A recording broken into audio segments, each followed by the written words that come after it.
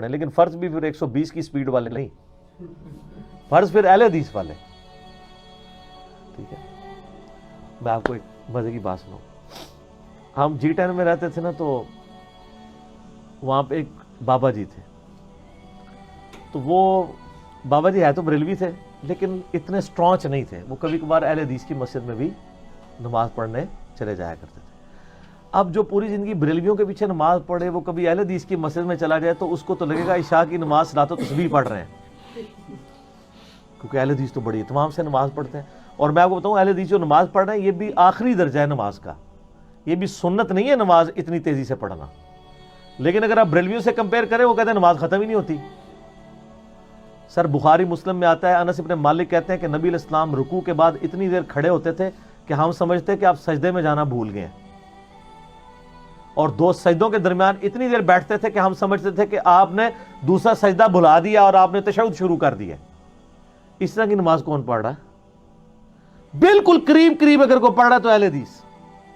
یہاں کہتا نہیں فرض ہلکی ہونی چاہیے. او ہلکی تو ہڈی والی نہیں کہ وزن ہی کوئی نہ ہوتا.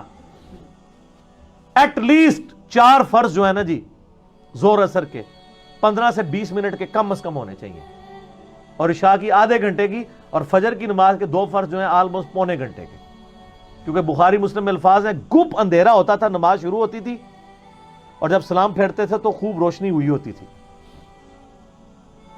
روشنی سے مراد سورج نکلنے کی نہیں، صبح صادق کے پھیلنے کی.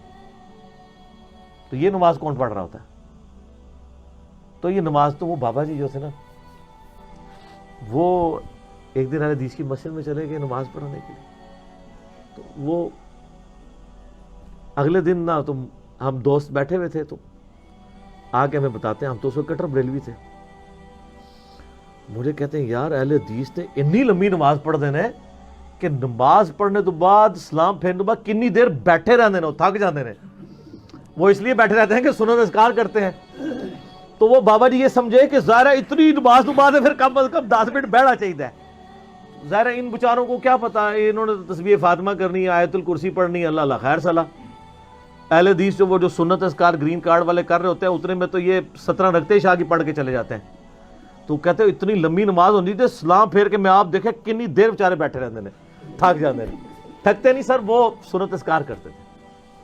تو یہ جو نمازیں فقہ حنفی کے لوگ پڑھ رہے ہیں 120 کی سپیڈ کے اوپر، یہ نمازیں تو وہ نمازیں ہی نہیں ہیں. اس میں تو قیام، رکوع، سجود، قومہ بڑا. لیکن پھر بھی نمازیں ان کے پیچھے پڑھیں، ان سے الگ نہیں ہونا آپ نے، کیونکہ وہ حضرت عثمان کا فتویٰ ہے کہ اچھائی کے کاموں میں ساتھ دو، برائی میں الگ رہو. کوشش کریں سمجھائیں. کئی لوگ ہیں جو نماز آہستہ بھی پڑھتے ہیں، لیکن میجورٹی ان کے کلچر میں ہی تیز نماز ہے. اور تیسری چوتھی رکعت میں تو اکثر لوگ مجھے پوچھتے تھے کہ یار تیسری چوتھی بہت تیز پڑھتے ہیں. سر وہ 3 بار سبحان اللہ جو پڑھتے ہیں، سورہ فاتحہ تو پڑھتے ہی نہیں ہے. ہاں آندہ کو تیسری چوتھی پڑھے نا، تو اس امام کو کہہ کہ یہ جتنی تو نے سپیڈ میں پڑھی ہے نا، اونچی آواز میں مجھے اتنی سپیڈ میں بتا کہ سورہ فاتحہ پوری کر سکتا ہے کہ نہیں. پھر آپ کو سائڈ پہ جا کے بتائے گا بھی 3 بار سبحان اللہ پڑھی ہے. جی ان کا فقہ کا بنیادی مسئلہ ہے کہ فرض نماز کی تیسری چوتھی رکعت میں فاتحہ ضروری نہیں ہے، 3 بار سبحان اللہ پڑھنا ہے. اور فاتحہ وہ تھی جس کے بارے میں بخاری مسلم میں حدیث ہے کہ نماز ہی نہیں ہوتی جو فاتحہ نہیں پڑھتا. انہوں نے کہا ایسا نہیں ہوتی، یہی نہیں پڑھا گے. شیطان نے پھر وہ چھڑوائی نہ فاتحہ. ہر چیز کے اوپر کہیں نہ کہیں وہ شیطان داخل ہوا ہوا ہے. تو وہ اس لیے وہ نمازیں بڑی سپیڈ سے چل رہی ہوتی ہیں. اس سپیڈ میں بڑے چھپے ہوئے راز ہیں، وہ آپ کو اس پلیٹ فارم سے پتہ چلے. ٹھیک ہو گیا.